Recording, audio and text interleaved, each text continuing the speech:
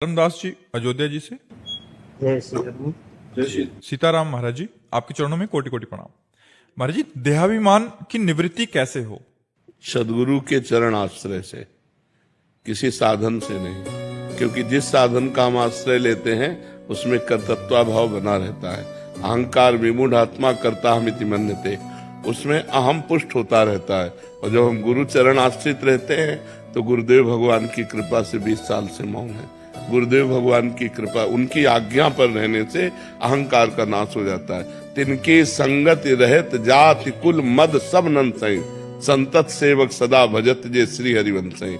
जो गुरुदेव आचार्य की शरण में रहता है, उनकी आज्ञा के अनुसार साधन करता है, तो धीरे धीरे धीरे उसका देहाभिमान गलित हो जाता है और वो ये देख पाता है कि मेरे द्वारा जो भी आचरण हो रहे हैं वो यंत्रवत भगवान करा रहे हैं, वो गुरुदेव करा रहे हैं, मेरी सामर्थ्य नहीं है।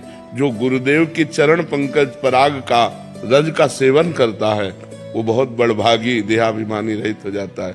जे गुरु चरण रेणु अनुरागी, ते लोकहु वेदहु बड़भागी। जे गुरु चरण रेणु सिर धरहि, ते जन सकल विभव बस करहि। बन्नो गुरु पद पदुम परागा, सुरुचि सुबास सरस अनुरागा। श्री गुरु पदनख मनिगन ज्योति, सुमिरत दिव्य दृष्टि ही होती। गुरुदेव भगवान की कृपा से देहाभिमान गलित हो जाता है। गुरुदेव भगवान की कृपा ही मोक्ष प्रदान करते हैं। गुरुदेव भगवान के वाक्य ही महामंत्र है। गुरुदेव भगवान की पूजा ही सर्वस्व पूजा है। ध्यान मूलम गुरु मूर्ति, पूजा मूलम गुरु पदम, मंत्र मूलम गुरु वाक्यम, मोक्ष मूलम गुरु कृपा। मोक्ष मूलम गुरु कृपा। तो गुरुदेव की कृपा से ही देहाभिमान का नाश होता है। ये हमने खुद देखा।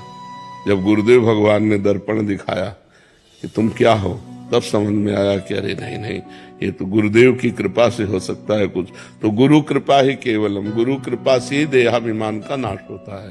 महापुरुषों का संग करे, उनके आश्रित रहे, खूब डट के साधन करे, पर साधन गुरुदेव की कृपा से हो रहा है ऐसा अनुभव करे तो देहाभिमान नष्ट हो जाता है। प्रकाश जी, तमिलनाडु से।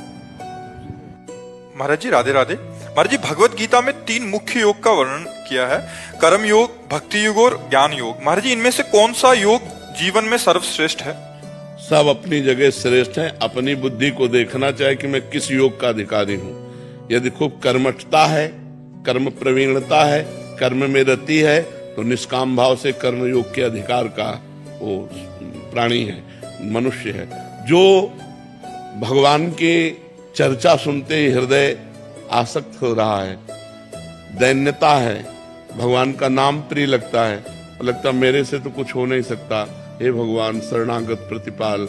ना विषयों का संपूर्ण त्यागी है, ना उसे संसार का संपूर्ण ज्ञान है।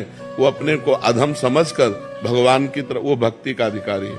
और जो बहुत विवेकशील है, तर्कशील है, और जो वैराग्यवान है, जो चरम सीमा की वस्तु को प्राप्त करने के लिए अपने प्राण तक देने के लिए तैयार है, वो ज्ञान मार्ग का अधिकारी है। वैराग्यवान, विवेकशील, तर्कशील, बुद्धि प्रधान ज्ञान मार्ग, भाव प्रधान दैन्य भाव, शरणागति का भाव, अपने में असमर्थता भक्ति भाव, कर्मठ प्रवीणता, कर्म प्रवीणता, कर्मठता, ये कर्मयोग।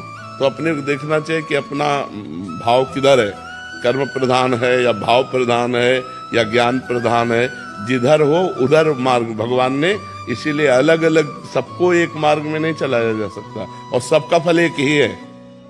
परिणाम में सबका फल एक ही, संसार बंधन से मुक्त होकर आत्मस्वरूप में स्थित होना ज्ञान मार्ग, संसार बंधन से मुक्त होकर भगवान के प्रेम में डूबना भक्ति मार्ग, संसार संबंध से रहित होकर के परमात्मा स्वरूप में स्थित होना कर्मयोग।